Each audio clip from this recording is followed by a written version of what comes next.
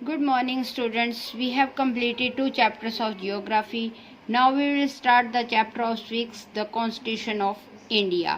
अब constitution of India, भारत का संविधान. अब संविधान क्या है?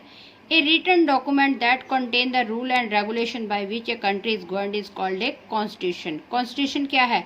लिखित डॉक्यूमेंट्स है जिसके अंदर रूल्स और रेगुलेशंस हैं. Bye which a country is governed, जिसके द्वारा किसी देश को चलाया जाता है, वो क्या होता है? संविधान. यानी कि नियम, हमारे कर्तव्य, हमारे अधिकार, ये सब कुछ इस कॉन्स्टिट्यूशन के अंदर दिए हुए हैं. तो now let's start the chapter.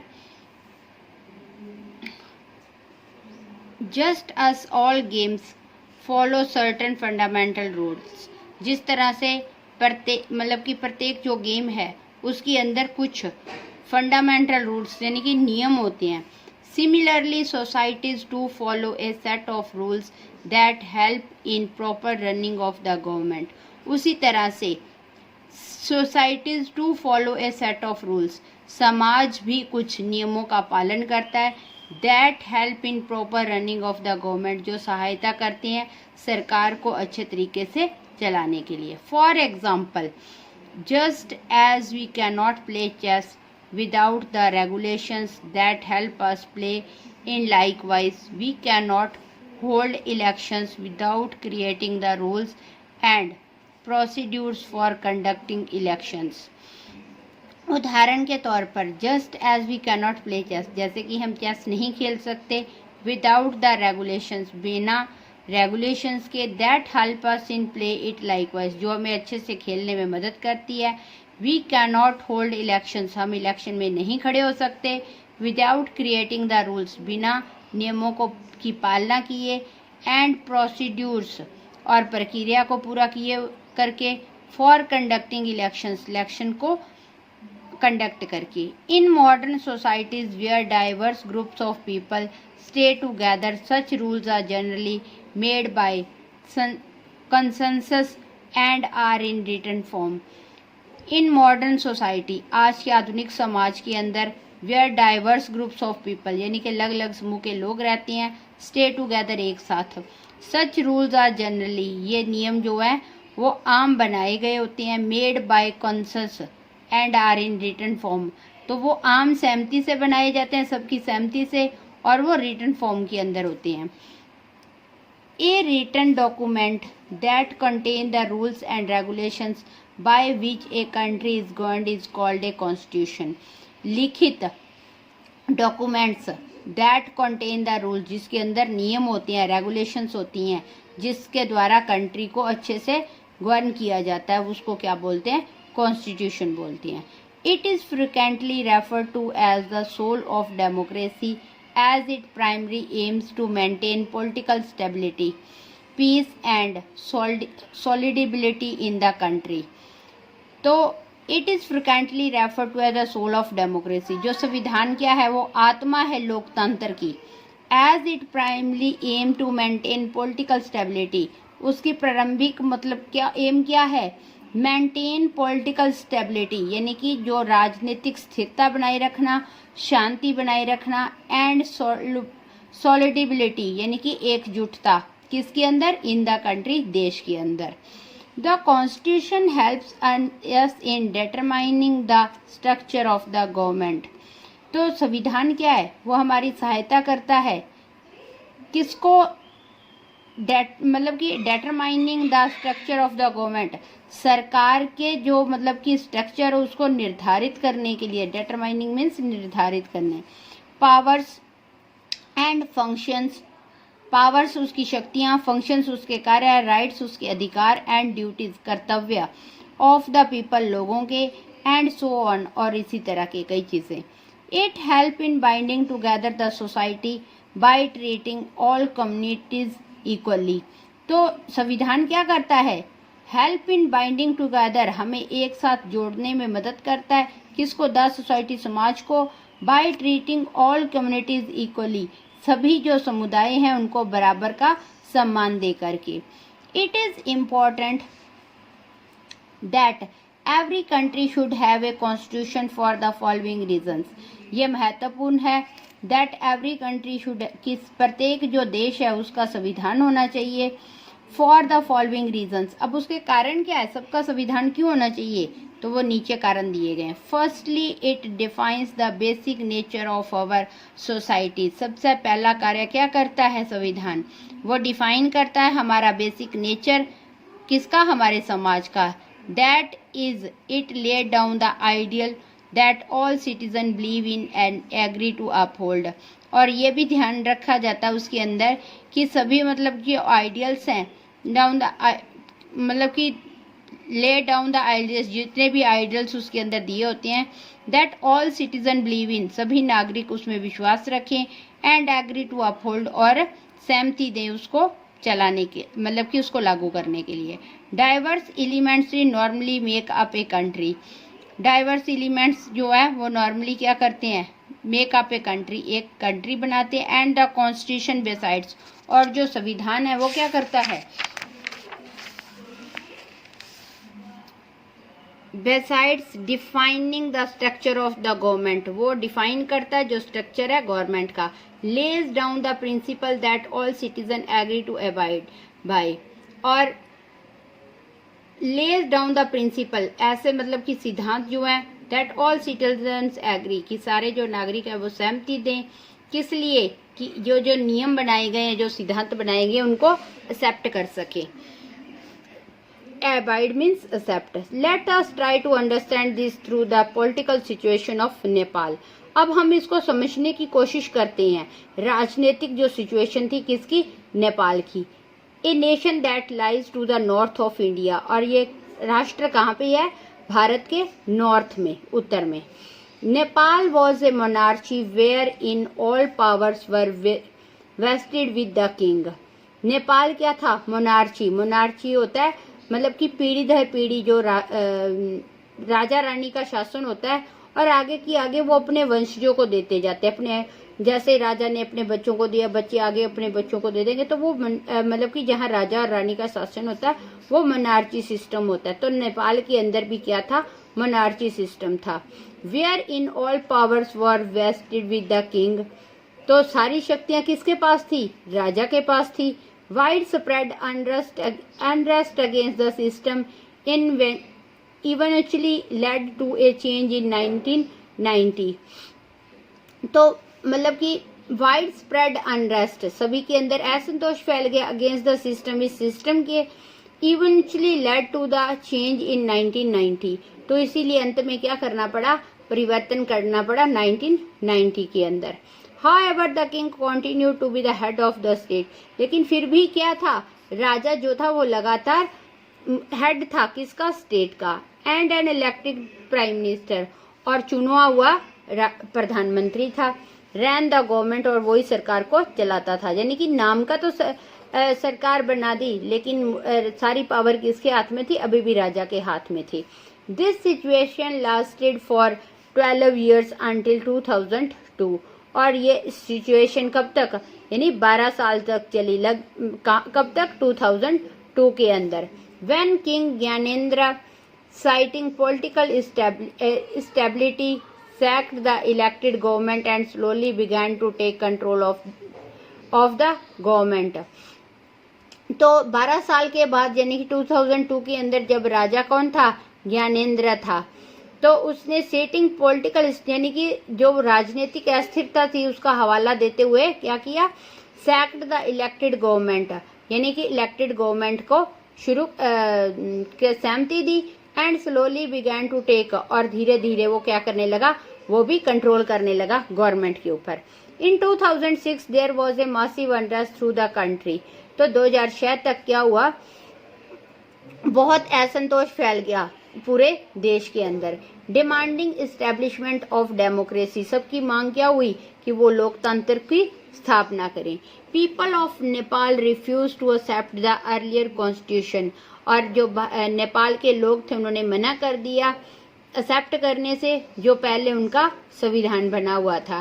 As it did not reflect the ideals of the people of Nepal, और वो किसको did not reflect the ideals, यानी कि लोगों के अच्छे के लिए नहीं था, नेपाल के लोगों के। Finally the king was stripped of all his powers। तो अंत के अंदर क्या हुआ, जो राजा था उसकी सारी जो शक्तियां थी वो stripped means छीन ली गई। And in 2008 Nepal was declared Federal Democratic Republic with President as the head of the state. तो उसके साथ क्या हुआ, 2008 के अंदर, यानी कि राजा से सारी शक्तियां छीनने के बाद 2008 के अंदर क्या हुआ, नेपाल जो था वो डिक्लेयर कर दिया।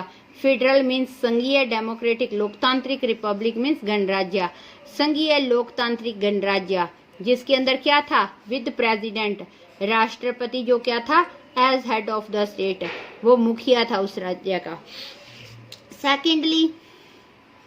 Secondly, it describes the nature of the country's political system। और दूसरा, वो तो पहला कारण था संविधान बनाने का, और दूसरा जो है, it describes the nature of the country political system, वो डिस्क्राइब करता है, जो प्रकृति है किसी भी राष्ट्र की राजनीतिक सिस्टम की। For instance, in the above example, prior to the political upheaval, Nepal had a monarchy system wherein the king and his minister took all decisions।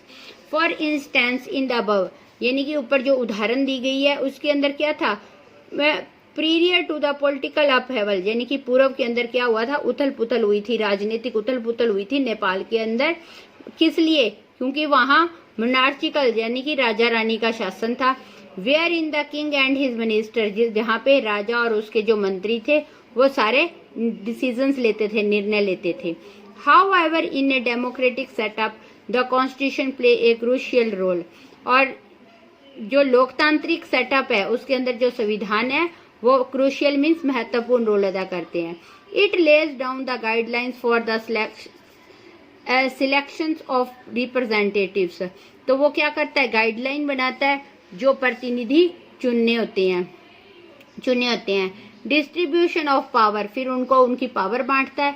And put down a system of checks and balances to ensure that no one misuses power and authority, और फिर वो ऐसा मतलब कि system बनाता है जिसके अंदर चेक होता है और बैलेंस टू इंश्योर, और फिर मतलब कि बैलेंस बनाया जाता है और संतुष्ट होते हैं कि कोई भी मिसयूज नहीं करता अपनी पावर की और अपनी अथॉरिटी की। Many at times unlimited authority leads to gross unfair, कई बार क्या होता है, अनलिमिटेड अथॉरिटी यानी कि बहुत सारी जो पावर होती है वो क्या करती है, लीड टू ग्रॉस अनफेयर, यानी कि वो पूरे मतलब कि जो कुल है, जो मतलब कि लोग हैं उनके लिए अनफेयरनेस हो जाती है। In the Indian constitution the fundamental rights include rules that protect the interest of the citizen against misuse of authority by government official और पॉलिटिशियंस। तो भारतीय संविधान जो है उसके अंदर क्या है, फंडामेंटल राइट्स, मौलिक अधिकार हैं, इंक्लूड रूल्स, उसके अंदर नियम हैं, that protect the interest of the citizen, यानी कि जो रक्षा करता है लोगों के हितों की, अगेंस्ट मिसयूज ऑफ अथॉरिटी, यानी कि जो मिसयूज करते हैं अपनी अथॉरिटी का, कौन करता है, गवर्नमेंट अधिकारी और जो राजनीतिक है वो। इन 1982 the Asian games were held in Delhi, 1982 के अंदर जो एशियन गेम्स हुई थी वो दिल्ली के अंदर हुई थी। A contractor brought many labourers from Bihar, Madhya Pradesh and Uttar Pradesh to build the stadium and other facilities. तो जो कॉन्ट्रैक्टर था वो बहुत सारे मतलब कि लेबर जो था वो बिहार, मध्य प्रदेश और उत्तर प्रदेश से लेकर के आया था, किस लिए, स्टेडियम बनाने के लिए और दूसरी फैसिलिटीज के लिए। They were forced to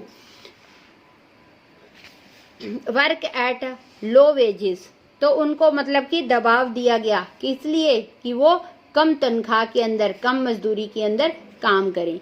A case was filed in the Supreme Court that this was in violation of the people's fundamental right against exploitation. तो एक केस फाइल कर दिया गया उसके खिलाफ सुप्रीम कोर्ट के अंदर, दैट दिस वॉज वायलेशन, यानी कि ये उल्लंघन है किसका, ऑफ पीपल्स फंडामेंटल राइट, लोगों का जो मौलिक अधिकार है, क्या है, शोषण के विरुद्ध जो अधिकार है। It was in violation of the right of life and personal liberty, तो ये किसके, it was also in violation, ये भी उल्लंघन था किसका, of the right of life, यानी कि उनका जीने का अधिकार था और उनकी पर्सनल जो लिबर्टी थी उसका मतलब कि उनके पास अधिकार था, तो उस चीज का भी उल्लंघन था। Another important function of the constitution is to protect the interest of the minority against the domination of the influence sections of the society. जो दूसरा मतलब कि अनदर इम्पोर्टेंट फंक्शन है, दूसरा महत्वपूर्ण फंक्शन है कॉन्स्टिट्यूशन का, वो क्या है? To protect the interest of the minority, यानी कि जो मिनोरिटी उसके इंटरेस्ट की प्रोटेक्ट करना, किसके खिलाफ? Against the domination of the influence section of the society, यानी कि जो अपना मतलब कि प्रभुत्व जमाते हैं, अपना रोब जमाते हैं, जो प्रभावशाली सेक्शन के लोग हैं समाज के अंदर। It includes both inter community, इसके अंदर कौन आता है? बोथ इंटर कम्युनिटी, यानी कि इंटर कम्युनिटी क्या होता है? One group of people dictating another group, एक समूह के लोग जो है वो हुक्म देते हैं दूसरे ग्रुप को। As well as inter community domination, तो उसके साथ साथ जो इंटर कम्युनिटी डोमिनेशन है, डोमिनेशन क्या है? Powerful members dominating other with the same community, तो ये क्या है? पावरफुल मेंबर्स, यानी कि जो शक्तिशाली व्यक्ति हैं वो डोमिनेट करते हैं सेम कम्युनिटी को, यानी कि अपने समुदाय के लोगों को अहमियत देते हैं। For example, a resident welfare association prevent boys from the neighbouring slum to play in their colonies park और they regard them as nuisance. तो उदाहरण के तौर पर जैसे रेजिडेंट वेलफेयर एसोसिएशन है, वो क्या करते हैं? Prevent boys from neighbouring slums, तो वो रोकते हैं लड़कों को जो आसपास के झुग्गी झोंपड़ियों के होते हैं कि वो उनकी कॉलोनी में या पार्क के अंदर ना खेलें, क्योंकि वो क्या मानते हैं? उनको समाज के अंदर बाधा मानते हैं। This is an example of discrimination against the weaker section of the society. ये किसका उदाहरण है? जो भेदभाव होता है कमजोर वर्ग के, जो समाज का कमजोर वर्ग है उसके खिलाफ। The Indian constitution strictly prohibit discrimination on such grounds as caste, creed, gender, class and race. तो भारतीय संविधान क्या करता है? प्रतिबंध लगाता है, मतलब कि पूरे सख्ती से प्रतिबंध लगाता है किसके खिलाफ? भेदभाव के। किस आधार पे? ऑन सच ग्राउंड, कास्ट, जाति, धर्म, लिंग जो है, और क्लास और रेस के आधार पे जो भेदभाव करते हैं उसके खिलाफ।